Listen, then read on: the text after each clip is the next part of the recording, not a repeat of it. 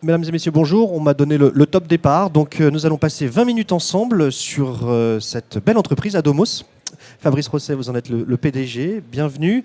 Alors, c'est la première fois que vous venez au salon actionnariat, ou du moins que vous participez au forum des dirigeants, à l'agora des dirigeants. Donc, on va peut-être en profiter dans un premier temps pour que vous nous expliquiez quelle est votre entreprise dans le secteur immobilier, parce que vous êtes une vieille entreprise cotée, si vous permettez l'expression. Vous êtes rentré au marché libre en 2001 et vous avez ensuite été l'un des premiers à passer sur Alternext en 2005, c'est ça? Tout à fait, oui. Donc voilà, on devrait vous connaître depuis très longtemps, mais puisque vous êtes là pour la première fois devant nous, expliquez-nous en quelques mots ce que fait Adomos. Adomos est au cœur de l'Internet et de l'investissement locatif. On a deux métiers. Le premier métier, c'est faire du marketing sur Internet pour générer ce qu'on appelle des leads, des coupons investisseurs que nous allons proposer à des professionnels de l'immobilier, comme tous les grands promoteurs qui sont nos clients. Deuxième métier, vendre de l'immobilier locatif, essentiellement dans le cadre de dispositifs de défiscalisation, comme par exemple la loi Pinel.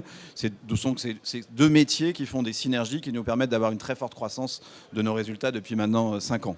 D'accord, c'est-à-dire pour bien comprendre que lorsque l'on veut faire un investissement, lorsqu'un particulier veut soit acheter son appartement, soit faire un investissement, il passe par votre site internet ou par le conseiller général en CGP qui lui propose des programmes des grands promoteurs, et vous êtes entre les deux, vous faites l'interface, vous montez le dossier? Tout à fait, on va être son interlocuteur unique en fait. En venant nous voir via Internet, il va s'enregistrer, nous on va le rappeler, on va lui proposer de rencontrer un conseiller en gestion de patrimoine indépendant qui va venir chez lui et qui va lui faire une étude détaillée de l'opportunité ou pas d'ailleurs d'investir dans l'immobilier locatif, avec les économies d'impôts qu'il va pouvoir réaliser, avec évidemment l'emplacement. On va lui proposer un programme immobilier. On a l'offre la plus large de France aujourd'hui, on a 2500 programmes, on a présent sur notre site 80% de l'offre nationale, et donc il va avoir un choix absolument exceptionnel. Il n'y a pas d'équivalent sur le marché du choix qu'on peut proposer en investissement de défiscalisation. Et à partir de là, on va aussi l'accompagner dans son acquisition immobilière. On va l'amener chez le notaire, on va pouvoir lui proposer de gérer son bien. Et donc, on va être le partenaire unique de l'investisseur pendant plusieurs années, depuis l'acquisition jusqu'à la gestion du bien. On est un peu, si vous voulez, le conseiller privé en investissement locatif pour les particuliers. D'accord, on va revenir sur votre stratégie des prochaines années parce que votre métier évolue, mais vous avez cité un chiffre important, donc vous proposez 80% des biens neufs en vente. Alors vous n'avez pas 80% du marché, pour pas que tout le monde se précipite pour acheter tout de suite, même si vous devriez, mais on est d'accord, donc ça veut dire qu'en gros vous êtes vraiment l'acteur du marché. On est parti du constat en fait que notre marché n'était pas forcément extrêmement accessible, transparent pour les investisseurs. Si vous allez chez un promoteur, vous aurez les programmes du promoteur. Alors, certains en ont 50, d'autres en ont 10, certains en ont 300, 400, les grands promoteurs. Mais vous allez devoir finalement aller voir tous les promoteurs pour trouver le bien qui va correspondre à ce que vous souhaitez acheter. Et nous, on a voulu apporter à l'investisseur un confort de recherche qui est assez unique, puisqu'en allant chez nous, il a tous les promoteurs. On est aussi bien partenaire de Nexity, Cogedim, Kaufmann & Broad, Vinci, Icade. On a tous les grands promoteurs et on a tous les biens de tous ces promoteurs. Donc on est un peu ce qu'on appelle le one-stop shop de l'investissement locatif. Chez nous, vous n'avez pas besoin de vous déplacer, vous avez l'offre la plus large qui peut être disponible sur le marché. Et indépendamment de ça, vous avez l'offre au même prix qu'en direct chez le promoteur. Il n'y a aucun surcoût, puisque pour le promoteur, on est un partenaire extérieur qui doit rémunérer, mais tout comme il rémunère ses équipes internes. Donc pour le même prix, vous avez une qualité de service qui n'a pas d'équivalent. Alors on va faire un peu votre histoire boursière parce que ça va permettre à chacun de comprendre qu'effectivement votre activité est très liée à l'immobilier, même si vous êtes en train de développer des nouveaux services qui vont vous rendre entre guillemets moins cycliques. Et votre parcours boursier est magnifique. Alors vous êtes rentré en bourse d'abord parce que vous aviez beaucoup d'actionnaires qui voulaient sortir, vous aviez levé beaucoup de fonds en 99, 15 millions. C'est ça, en fait, on était une start-up au départ, donc on était une des nombreuses start-up de l'immobilier. Il y en a eu, en 99-2000, il y a à peu près une centaine de start-up qui ont été créées. Il en subsiste 2. À ma connaissance, dont nous. La deuxième, qui était notre concurrent à l'époque, était meilleurtaux.com. La plupart des autres startups ont toutes disparu. On a eu, on va dire, à la fois la chance, à l'époque, de lever beaucoup d'argent pour innover dans le domaine de l'immobilier locatif, puisqu'on a créé ce domaine du lead sur Internet, donc du prospect sur Internet qui s'identifie. C'est nous qui l'avons créé. On a fait beaucoup de publicité à l'époque, donc certains d'entre nous, d'entre vous nous connaissent, parce qu'on a été le deuxième annonceur français sur Internet. Donc on a eu des très hauts jusqu'en 2007. 2007, Voilà, puisqu'on est devenu le leader du marché. On est parti de rien en 2000. En 2007, on a fait plus de 1200 ventes et avec des résultats qui étaient assez intéressants. On a dépassé 3 millions d'euros de résultats. Et puis la crise est arrivée en 2008 et notre modèle a été très mis à mal par cette crise qui était bien sûr financière mais aussi immobilière.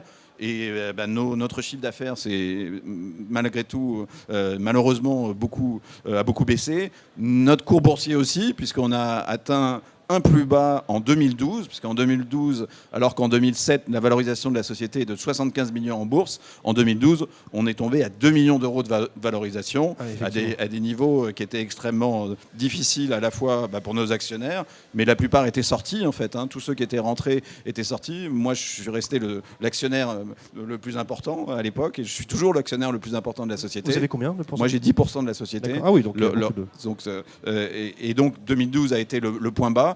Et depuis 2012, en fait, la nouvelle stratégie qui a consisté à revoir totalement notre dispositif produit. À l'époque, en 2012, on avait une trentaine de programmes immobiliers. Aujourd'hui, on en a 2500. On a 30 000 appartements disponibles. Et donc, on est parti du marché, de la demande des clients pour complètement restructurer notre offre commerciale. On s'est aussi restructuré en termes d'équipe. On avait 92 salariés. Aujourd'hui, on est une quinzaine. Mais on a tout automatisé. On a énormément investi en technologie. On est devenu ce qu'on appelle une PropTech, property, technologie, compagnie. Et cet investissement très important qui est fait en technologie et la refonte de notre offre commerciale nous a permis depuis 2012 d'être en forte progression chaque année, de 2 millions de valorisation. On est passé là actuellement à 25 millions de valorisation. Donc on a complètement inversé la tendance. On est un peu ce qu'on appelle les recoveries. C'est pas le fruit du hasard, c'est le fruit d'efforts très importants des équipes d'Adomos qui ont tout travaillé dur pour ça et de beaucoup d'innovation. On a su passer à une nouvelle étape de développement après la crise. Il y a eu un aspect quand même cyclique. L'immobilier a connu quelques phases. Enfin, l'immobilier neuf a souffert en 2012-2014 sous une ministre qu'on ne citera pas. Mais c'est bien repris depuis. Est-ce que ça joue encore aujourd'hui, l'aspect cyclique, pour ceux qui voudraient investir chez vous ? Il est clair qu'on est dans un cycle porteur dans l'immobilier. Et la bonne nouvelle, c'est que, pour moi en tout cas, il est porteur pour encore quelques années. Nous, on est influencé par deux éléments. On est influencé d'une part par la loi fiscale, puisqu'on fait beaucoup de ventes dans le domaine de la loi Pinel aujourd'hui. Et c'est vrai que le dispositif d'investissement est extrêmement intéressant pour les investisseurs et il influence le potentiel d'acquisition.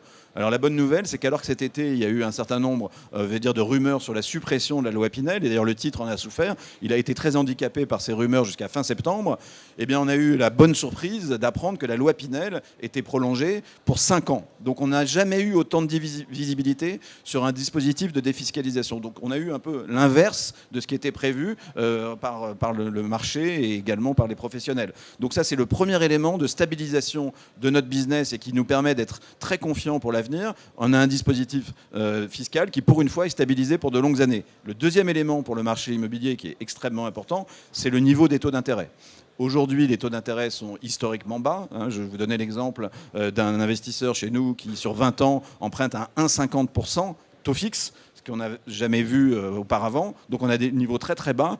Et notre anticipation est que pour quelques années encore, étant donné le niveau de reprise économique qui est tout relatif et le niveau de dette générale mondiale, on aura des taux d'intérêt qui vont rester bas. En tout cas, pour 2018, on en est certain. Et pour 2019, si on a des hausses de taux d'intérêt, devraient être relativement faibles. Donc on a un marché assez exceptionnel. On n'a pas eu ça, en fait, depuis on a eu une très forte période de croissance du marché entre 2002 et 2007.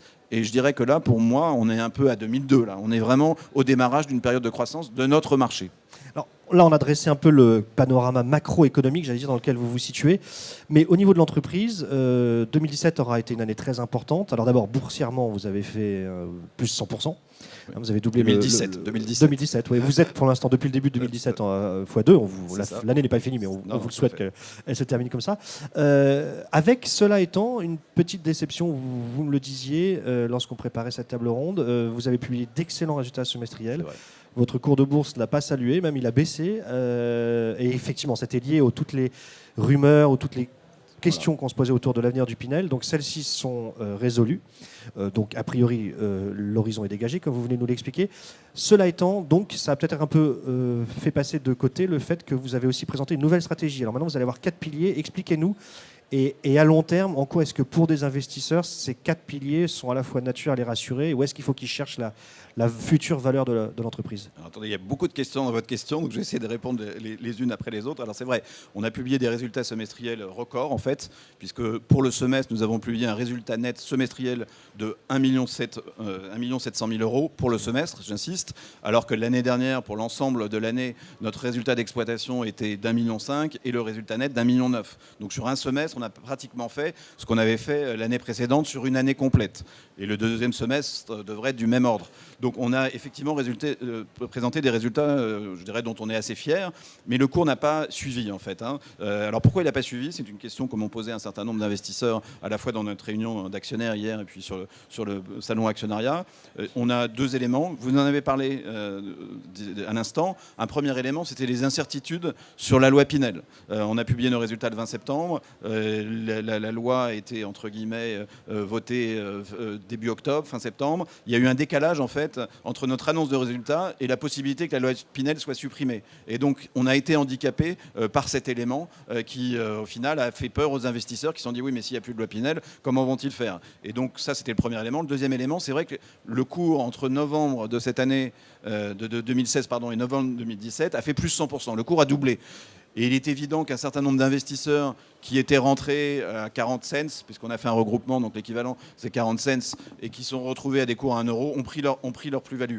La bonne nouvelle, c'est que depuis un mois, l'ensemble, il y a eu une très forte rotation du capital, et on a eu aujourd'hui une capacité à faire rentrer de nouveaux investisseurs autour de 90 cents, 1 euro, qui fait que la base aujourd'hui des actionnaires a un prix de revient beaucoup plus élevé. Donc mon interprétation est qu'on a, je pense, passé la période difficile, du renouvellement de l'actionnariat, et que là on a une bonne base pour une croissance du cours au cours des prochaines années. Et la deuxième question que vous me posiez, la stratégie 2018-2022, ça c'est aussi quelque chose, je pense, qui est extrêmement important pour l'avenir. Il faut, excusez-moi effectivement pour le micro, il faut aller sur notre site internet, on a mis en ligne la présentation qu'on a fait hier soir, qui est donc la stratégie 2018-2022.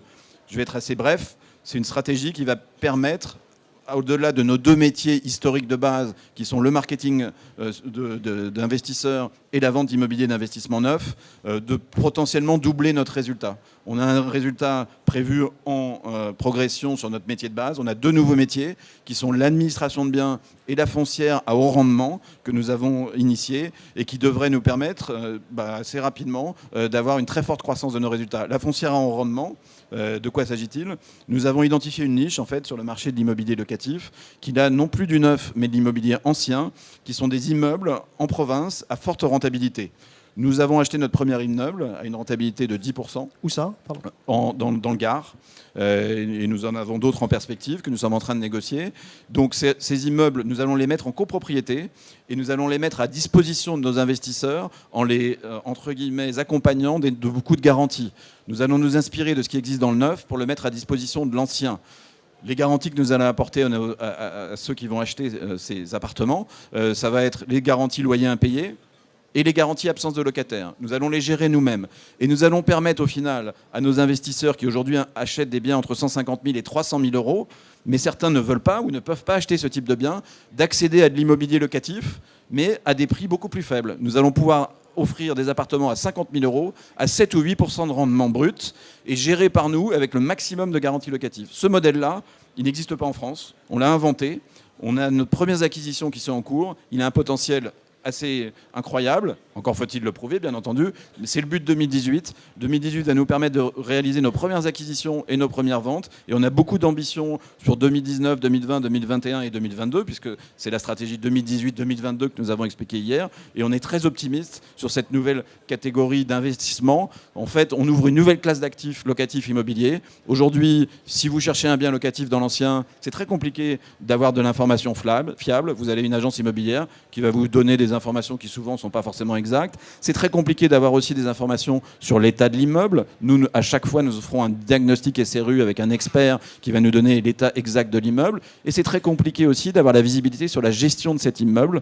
Et c'est ce que nous allons faire pour le compte de nos clients et avec le maximum de garanties locatives. C'est très innovant et j'y crois beaucoup. Est-ce que ça veut dire que pour les futurs investisseurs chez vous, ça va vous rendre moins cyclique si jamais le marché se retourne? Ça va beaucoup élargir en fait notre capacité d'investissement et donc aussi nous rendre moins dépendants du cycle.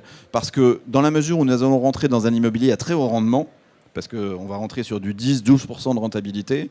Cet immobilier à haut rendement va pouvoir être acquis à un rendement un peu plus faible après le travail que nous allons faire dessus, mais à un haut rendement. Évidemment, même s'il y avait un contre-cycle de marché de baisse immobilier, le rendement sera toujours extrêmement élevé. Donc oui, ça va nous permettre d'avoir à la fois pour les biens que nous garderons, parce que j'ai oublié de le dire, une partie des biens va être vendue, mais une partie des biens va être gardée, un rendement récurrent, puisque ça sera les loyers récurrents, mais également va nous permettre d'élargir notre gamme de produits. Une dernière question pour toutes les personnes dans la salle qui voudraient devenir actionnaires. Quel type d'actionnaire, en fait, il faut être pour venir chez vous ? Mais je dirais qu'on est un peu atypique sur le marché aujourd'hui. On a un flottant qui est très important. On a 75% de flottant. Et historiquement, les actionnaires individuels ont toujours fait partie de notre actionnariat privilégié.